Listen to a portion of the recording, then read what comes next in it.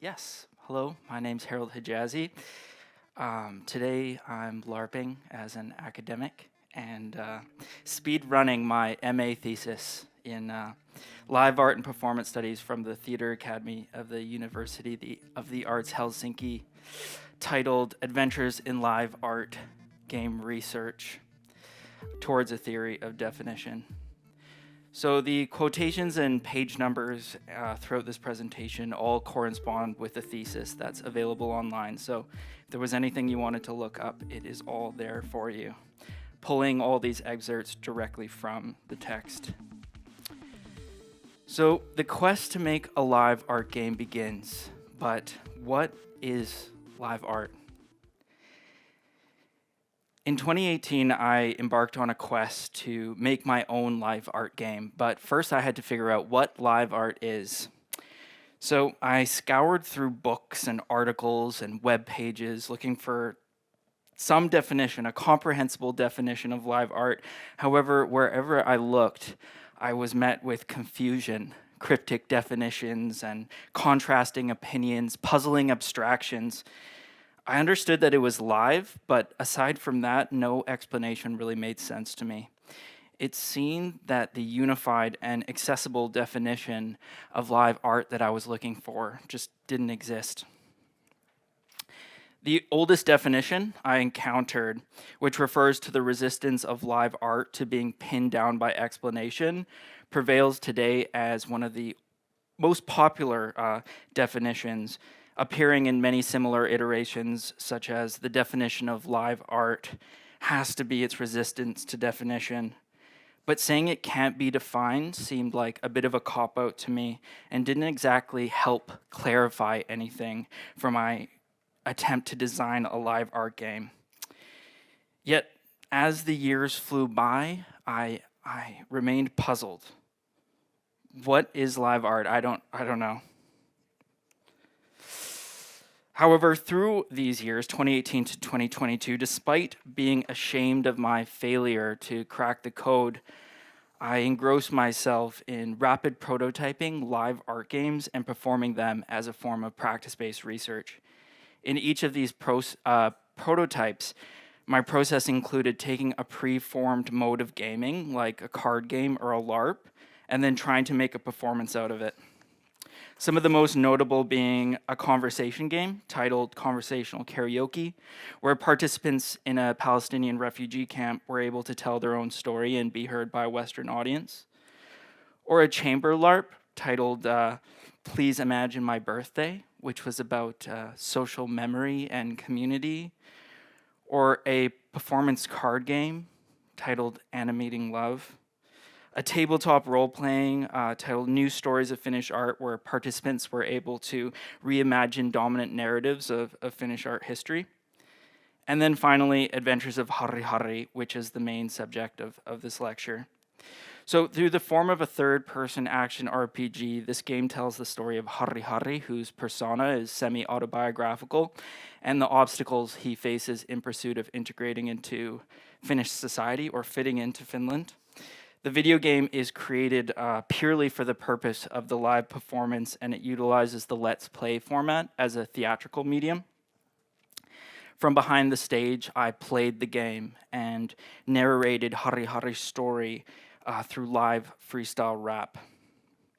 Meanwhile, through the development of these different prototypes that I was making as practice-based research, I was constantly asking the question if this prototype qualified as a live art game, yet I still didn't understand what live art was. Eventually, out of desperation, I turned to the head of the LAPS program, the program where I was studying, Professor Tero Nauha, in the March of 2020, and asked if the department had a definition for live art. He first avoided the question and then later admitted that there was not one, but agreed that there should be and that he'd get back to me.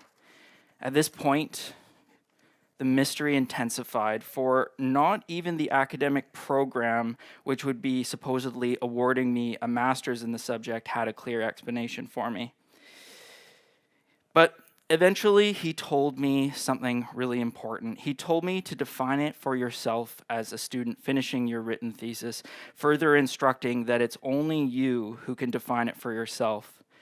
So, with this blessing of permission, I realized what I should have done several years earlier, what would have saved me several thousand euros in tuition fees and several hundred Google searches of what is live art. That is to surrender myself to the colonial powers that be and unite with the United Kingdom's Live Art Development Agency, LADA definition of live art, which is as so. Live art is a cultural strategy to make space for experimental processes, experimental practices, and bodies and identities that might otherwise be excluded from traditional contexts. Or as it's put more succinctly by British live art practitioners and devotees of LADA, live art is a strategy for inclusion.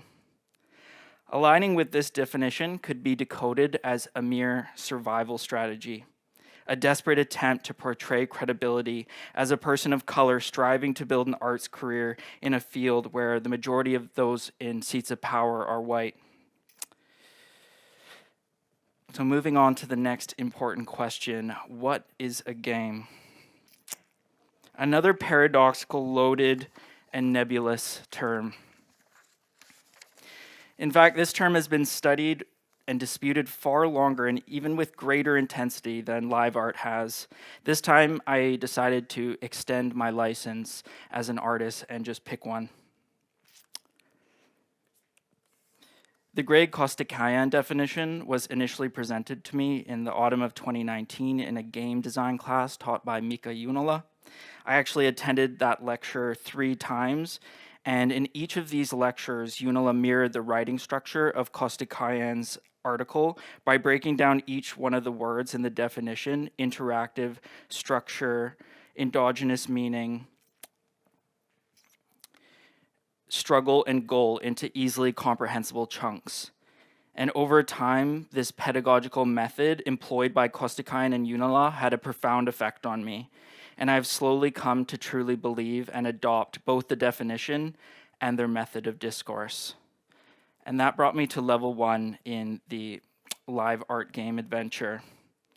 So I embraced the rhetorical tradition of systematically dissecting Costikyan's definition in an attempt to justify how Adventures of Harriharri qualifies as a game. So how does Adventures of Harriharri qualify as a game by Costikyan's definition? So breaking down each one of these words, just as Mika Junola taught me to do. So, interactive. In the beginning of episode 2, the player begins in this seemingly open world environment representing a street in Helsinki. Immediately, the player is faced with various options for spatial interaction, such as to move the 3D character in different directions. So, for example, here the player is considering entering a UFF second-hand shop, but then decides to travel up to an Alapa grocery store. Adventures of Harriharri is in essence an improvised storytelling game where the player can traverse various locations in virtual space and explore these environments embedded with narrative building prompts. These prompts lead the player into different directions, altering the state of the game. So in this way, it is interactive at its core. Now on to goals. Does Adventures of Harriharri have goals? The event description explicitly says that Harriharri faces continuous obstacles in pursuit of integrating into Finnish society. So the wider narrative goal within the game is for Harriharri to integrate. This is to participate and to learn about the culture, establish meaningful employment, and find a social, communal sense of belonging. The goal of the player is to role-play Harriharri and improvise stories surrounding the theme of his integration. Meanwhile, the player is also tasked with the objective of completing every level in order to satisfy the narrative sequence and complete the game.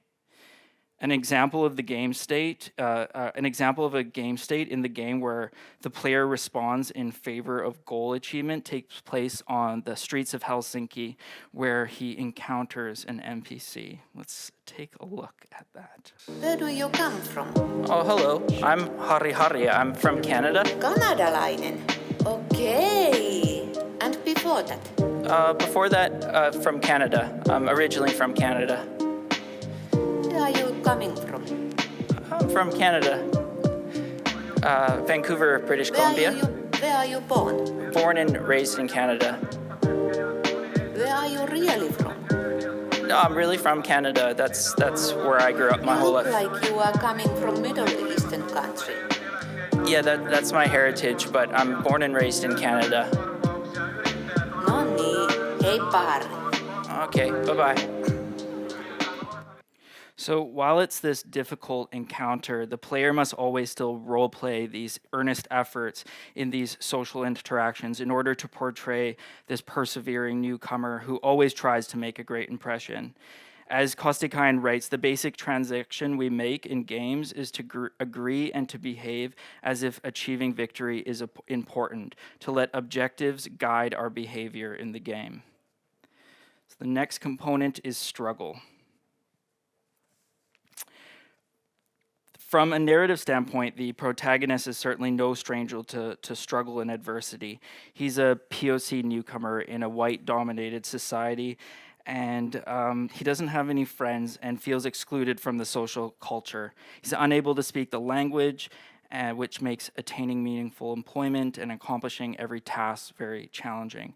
Struggle appears in gameplay as the player must navigate to certain, so that's the narrative side of struggle, whereas in gameplay, the player must navigate Harriharri to certain scene teleportation trigger zones so as to achieve the full narrative arc and provide the audience with a complete picture of the story.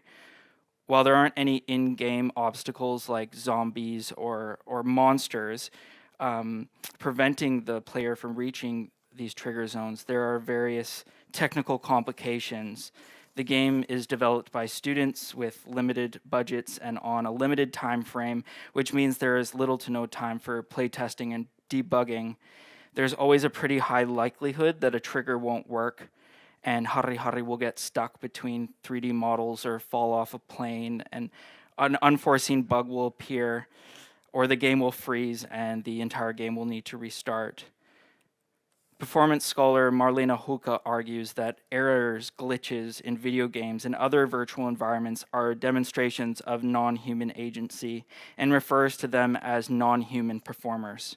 So part of the struggle in this game is playing through the uncertainty that something will break or that the non-human performers will intervene in the performance before reaching the scene and completing the game. Here's an example of how this struggle appears in gameplay when Harriharri is playing this grant application minigame. Yo, grab that grant 3,000. 3,000 on that. Type the artist grant 23,269. Man, that's a shitload. You know how many fucking Marimekos I'm buy with that? Woo! In that. Oh no. Oh no, I got stuck. Okay, I'm out. Oh, phew. That was a close call here. All right. Nilo grant. Nilo Satyo. I'm gonna cop that one. Get up on there. Bam. Caught that one there. What's that? Gotta get up there for that. Oh, that Usama grant. That Finnish Cultural Foundation. That's a tough one. Shit, how am I get up there? We gotta jump up here. Gonna get that grant. Gonna smash that grant. Gonna hit that grant shit. Man, I'm kind of nervous, you know. I'm trying to get all these grants. Just get up. Oh shit! Man, it's a struggle, you know, trying to get these grants. You know, put in all this time trying to apply, jumping all these hurdles. Usma grant. Let's get it. Let's get it. Let's get it. Let's get it. Oh! Bam! Apply for that. Submitted it. So there's always this underlying fear that something will break. As you could see in that scene, I thought I was going to get stuck. Fortunately, there was this invisible collider that I didn't remember putting in, but the thought and fear that something will go wrong gives this game its edge. But another form of struggle that appears in this game is through the metagame activity surrounding the performance, which I talk about a bit later. But this aspect of struggle in the game is central to Adventures of Harriharri, as the multiplayer audience is confronted with challenging aspects about their society. So on to structure. The structure of the game, it's composed of a series of levels, each taking place in their unique environment and containing various modes of interaction. So, for example, the Vantanyoki River environment, it's possible to compose hip-hop beats by interacting with trees. And these different sites of interaction within each level serves as prompts to facilitate the improvised storytelling surrounding Harriharri's integration into Finnish society. So that's how the different sites of interaction support the goal. And then meanwhile, in each environment, there's these teleportation trigger zones which establish the wider narrative structure, where the player has to reach a teleportation area to load the next scene, all the while doing the storytelling about Harriharri's integration. And while there's various pathways and possible forms of interaction to explore within each environment, there's ultimately just the one way in and one way out. And this limitation establishes this topographic narrative structure, determining where the player can go, and therefore how the wider narrative can proceed. In this way, the rules of the game are incorporated in the software. The player could make it easy for themselves and just run directly from trigger zone to trigger zone and reach the final level and beat the game, but this would be analogous to using a cheat code. In order to win the game, the player performer must also pursue the storytelling objectives surrounding integration in order to provide the audience with this understandable and engaging story. As Costikyan writes, by combining these rule mechanics, you build a structure. You build a conceptual framework that defines the workings of the game and guides the player's behavior within the game. The game is restricted in its structure in that you must achieve a predetermined ending in order to provide the full experience for the game. There's flexibility in how they can move through the game, but this does take away from the potential for surprising narrative discoveries, and within the conclusion, ideally, it could have multiple endings dependent on the player's actions taken during the game, but hasn't quite got there yet. So the final component of the game definition, endogenous meaning. So the fifth and last component of a game. He argues that a game structure creates its own meanings. The meanings grow out of the structure. It's caused by the structure. It's endogenous to the structure. He uses the example of Monopoly money and how when you're playing Monopoly, Monopoly money has value, while otherwise it possesses no meaning in the real world. He explains how within the playing of the game, it's this determinant of success or failure. Monopoly money has meaning endogenous to the game of Monopoly, meaning that it's vitally important to the players. But what is endogenous to the improvised storytelling structure of Adventures of Harriharri? What is it that determines the player's success or failures? Just like Monopoly money, the protagonist's experience of inclusion, or the amount of inclusion thereof, fluctuates throughout the game and is the determinant of the player's success. When Harriharri, for example, encounters a stranger who asks him racist questions, the character's sense of inclusion incurs a setback. In this sense, incurs a setback in that his sense of inclusion in virtual Finland deteriorates.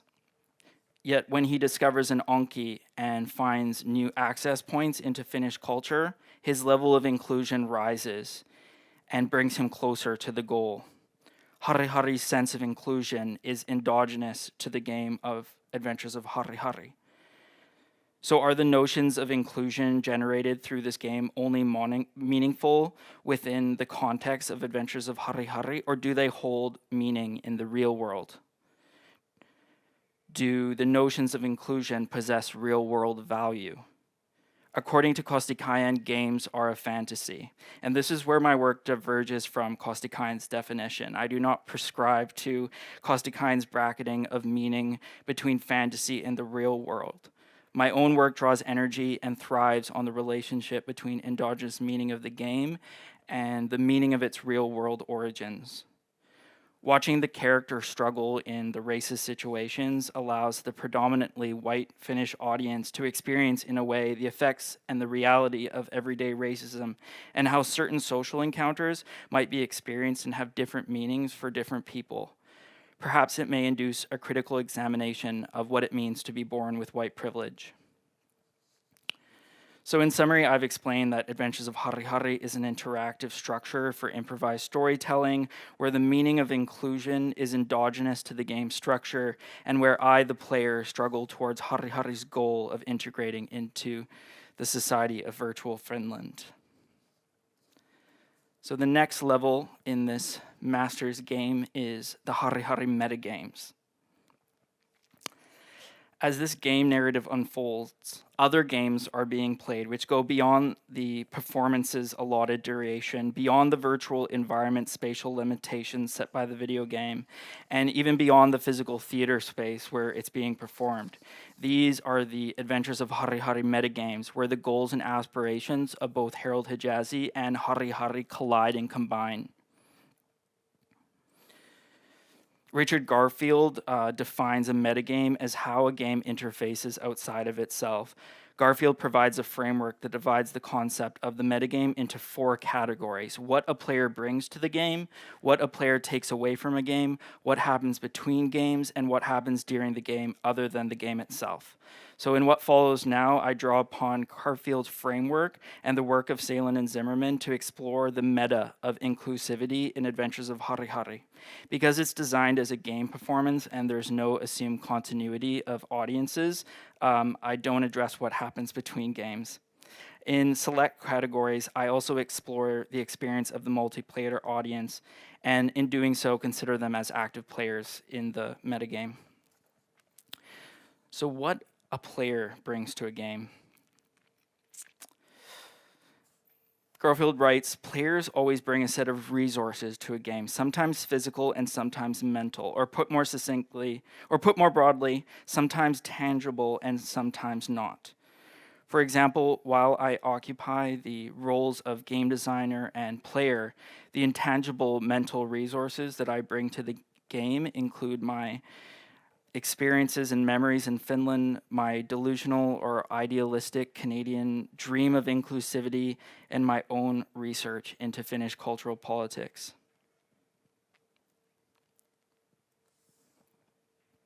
Elements of my own experience and my memories are ubiquitous in the game. For example, Harriharri stumbles across a anti-immigration protest, a reenactment of a anti-Muslim protest I witnessed in 2017 when I first moved to Helsinki.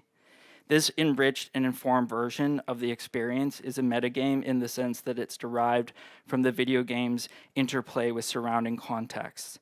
What a multiplayer audience member brings to the game is their distance or their proximity to this experience, their socioeconomic positionality, and this is the determinative window through which a multiplayer audience member either resonates with the experience or is instead taken alongside into the experience of the other.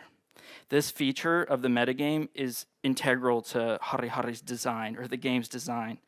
The Finnish social and political culture, which animates the multiplayer audience, is the cultural terrain of the game itself. As Bullock and Malou argue, the metagame is not just how a game interfaces with life, it is the environment within which the games live in the first place. So what happens during a game other than the game itself? This metagame category refers to the influence of real life on a game and play, and includes social factors such as camaraderie and competition, or the physical environment of play. I designed the metagame here in order to amplify the social communal element of the game, which in turn disrupts the Finnish social norms of being quiet and reserved. Yelling and hooting and hollering are allowed and encouraged in the video game performance format.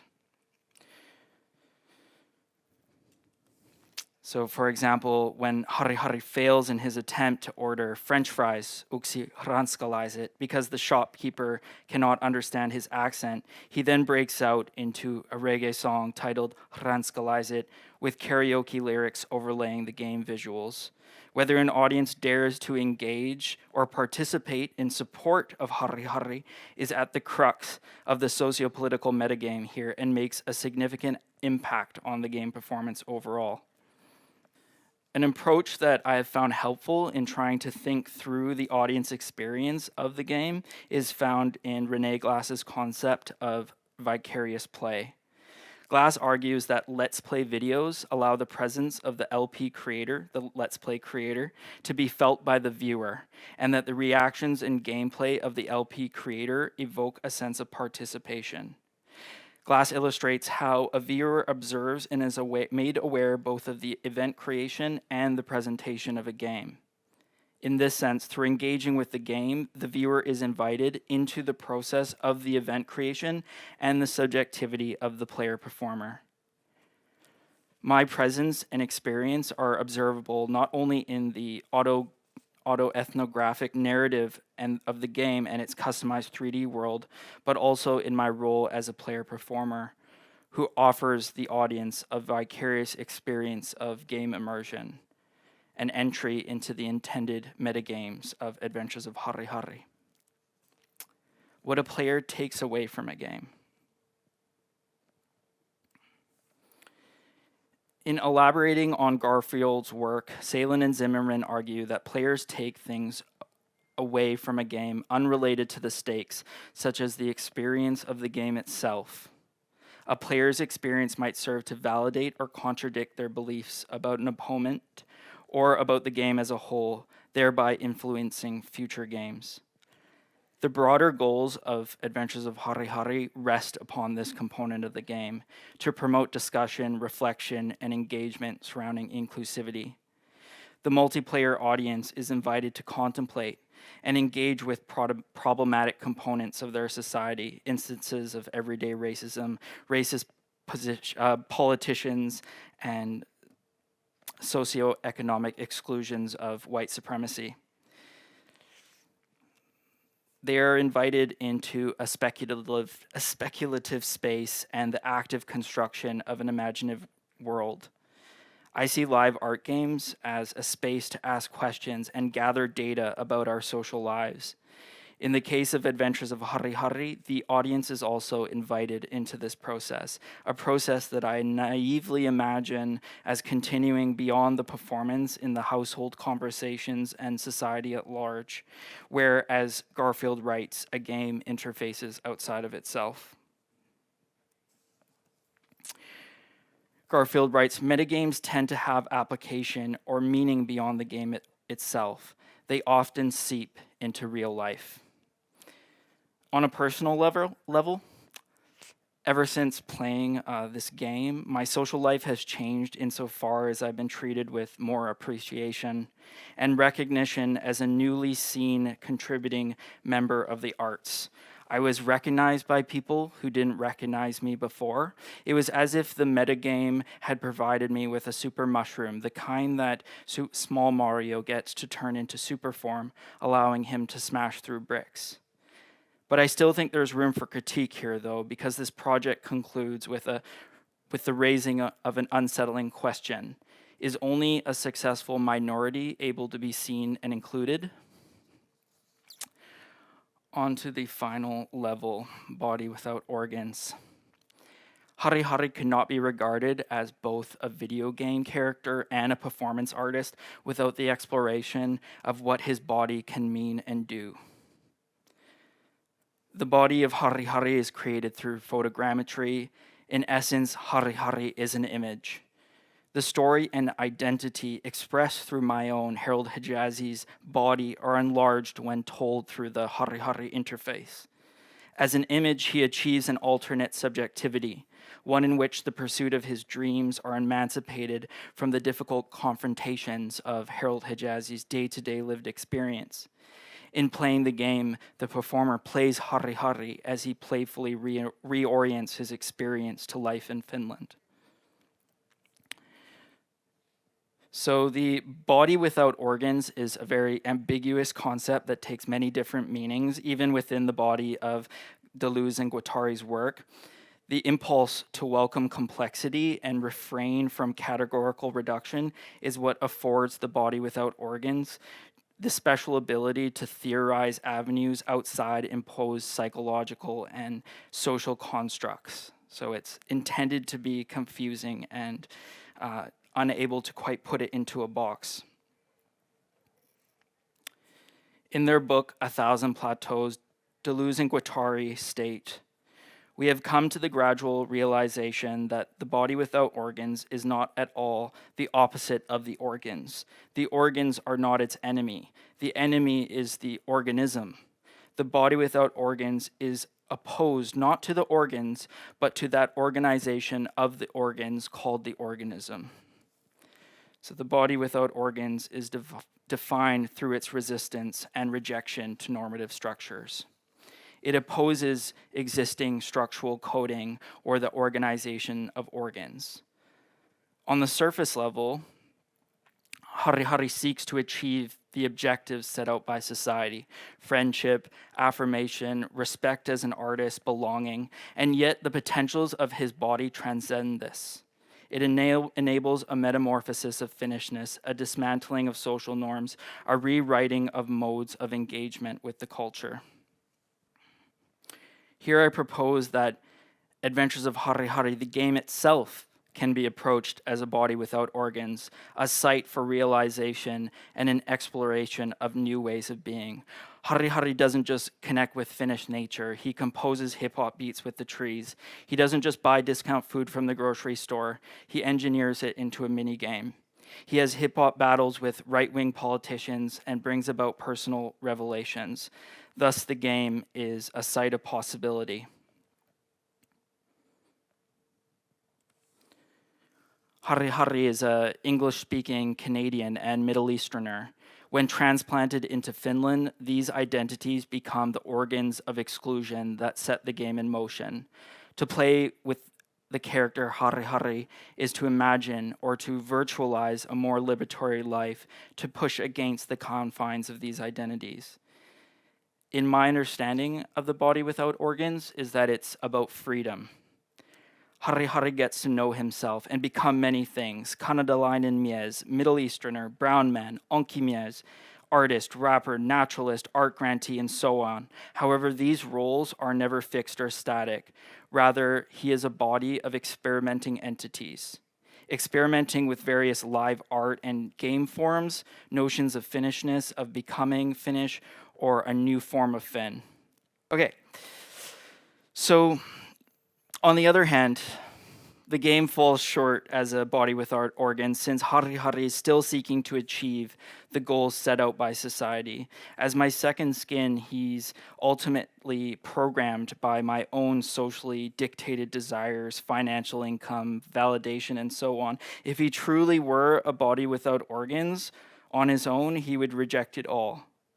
But then again, as a game character, Harriharri has an infinite health supply. In fact, his character controller is set to immortal. Harriharri cannot die. However, it is not his body which grants him immortality. It's the video game and its fast programming abilities.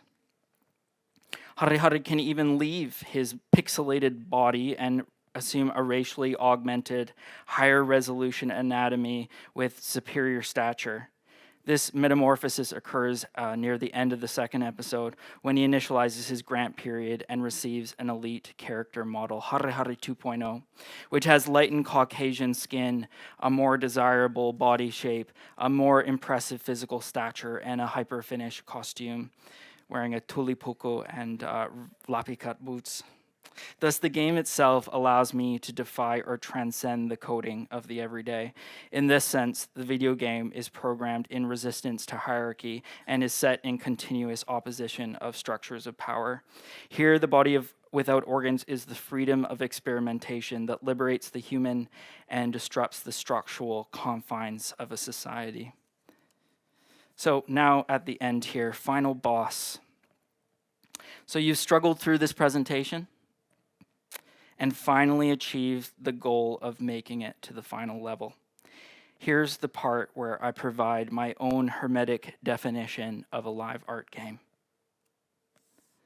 A live art game is a cultural strategy in the form of an interactive structure that requires players to struggle toward a goal of inclusion. Do you like it? It's my own cobbled together definition, clearly sampled from past theorists and remixed in the classic Harriharri style. So next I should probably commence the traditional closing ceremony, a discussion of potential avenues for future research into the development of live art game design. But instead of listing a bunch of research topics and projects I'll probably never act upon, at this phase in the adventure, perhaps I should be questioning my obsessive desire to define things. This particular way of thinking is very rooted in a Western framework. To what degree does the desire to define things close doors and limit imagination and possibility? What is lost in pursuit of stringent definitions? At this final level, I can see the boss has cast a blinding spell on me. I'm blinded by whiteness.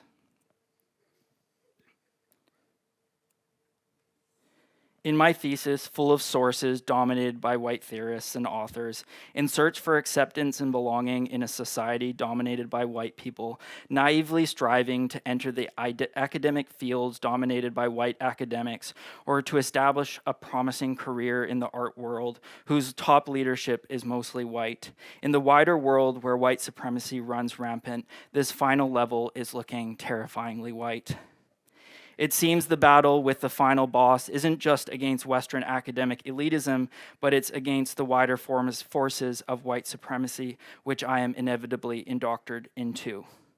Perhaps future practice-based research should be geared towards dismantling white supremacy and mustering the courage to challenge the true big boss. The theoretical framework and definitions explored in my thesis are only worth thinking about insofar as they create something new and allow me to reflect on possibilities in a critical sense. The academic practice of putting things into a box goes against the very core intention of live art as a cultural strategy to make space for experimental processes, experimental practices, and the bodies and identities that might otherwise be excluded from traditional context. Perhaps this explains live art's resistance to being pinned down by explanation. Its effort to stay consistently vague is part and parcel to its radical potential. I'll end by mentioning the live art game titled Playing Up, which actually inspired my whole project. In the game's instruction booklet, it writes, live art is about adventures and experiences and about playing with things you would not usually get to play with.